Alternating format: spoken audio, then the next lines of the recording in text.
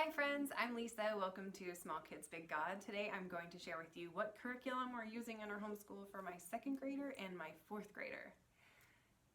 So if you don't know me, welcome to my channel. We've been homeschooling from the beginning, so this is our 5th year, and I have 3 boys and a girl, 4th grade, 2nd grade, kindergarten, and a 3-year-old. And we don't homeschool year round, but we don't necessarily finish a book at the end of the year. We tend to stop where we are and then finish. So a lot of this is rollover, a lot of this is similar from last year, but I'm bringing in some new stuff too. We tend to be, we very much lean towards a Charlotte Mason philosophy of school, but we don't do her perfectly because I'm trying to fit it to what fits our family best. So let me share with you what we do. Every morning for a group subject, we start out with Bible, and we have been doing the curriculum called Bible Study Guide for All Ages. We have been doing that for 2 or 3 years. There were 416 lessons, and we finished that at the end of last year, and I love and highly recommend that curriculum. My kids wanted to start right back at lesson 1 and do it again, but I wanted a little bit of a break first, so we are trying this out. This is Kids Read Hebrews from kidsreadtruth.com, and it goes over the book of Hebrews. And I'm excited to try this out. It's not going to last very long. I think there's 30 lessons, but it'll give us a fun way to go through the book of Hebrews together. So we're going to do that. We always do Bible memory. I have another video about how we use this box for our scripture memory verses, and this has been fantastic in our homeschool. We're also going to work on memorizing the Nicene Creed this year. So that's Bible. For history, we do as a group subject 2. We use Truth Quest history. It is American history for young students 2. 1800 to 1865 is what we're on. We're about to hit the Civil War, and this is basically a huge list of living books, and so we use this to read about history in a living way, and I have loved it, really loved it. So continuing on with Truth Quest, and then what we do is a loop of what I call our riches subjects. It's things you might find in a morning basket, things like poetry, art study, classics, stuff like that.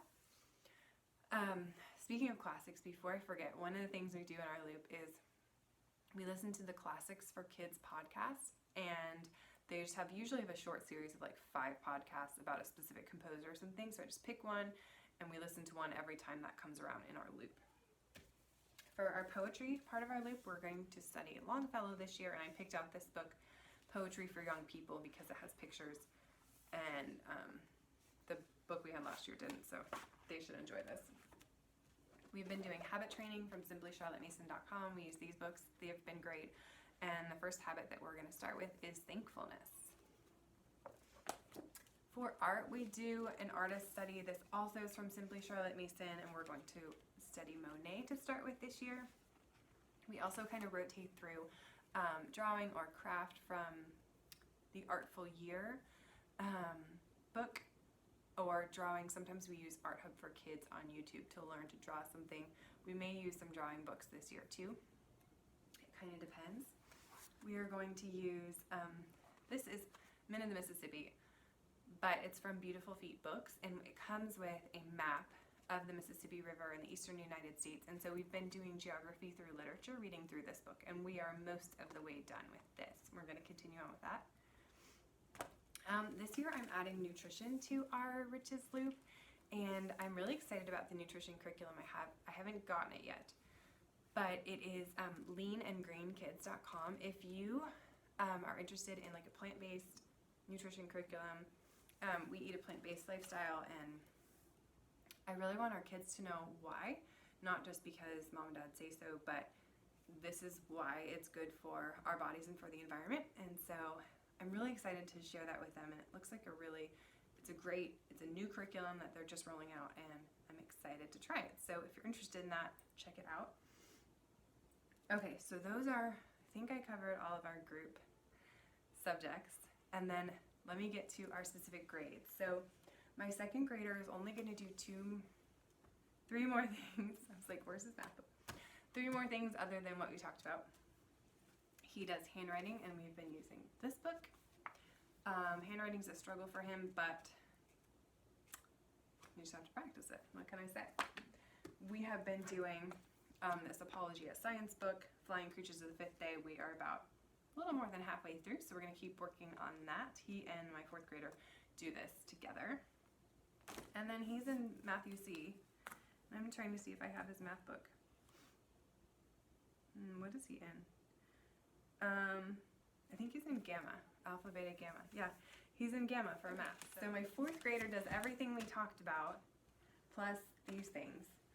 We're doing Latin this year. Okay, Latin, that was my idea.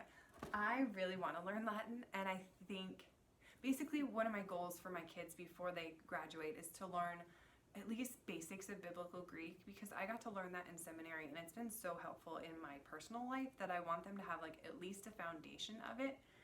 But I think it's a little early to start on Greek, and I've heard Latin is a great like beginning language, and I've wanted to learn it. You can benefit from many ways, like from vocabulary, and we're going to learn grammar from it.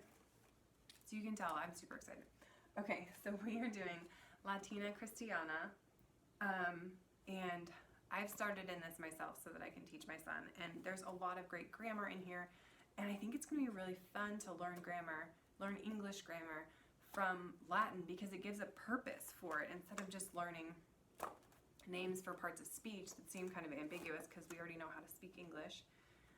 He's going to see a reason for learning grammar. And I know when I started doing Greek and we were diagramming Greek sentences, grammar became much more important in my life than it felt like in high school, for example. So I'm excited to do this with my son.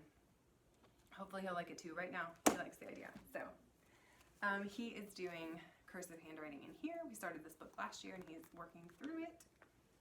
He's been doing spelling UC. He's on C, book C, I guess, almost done.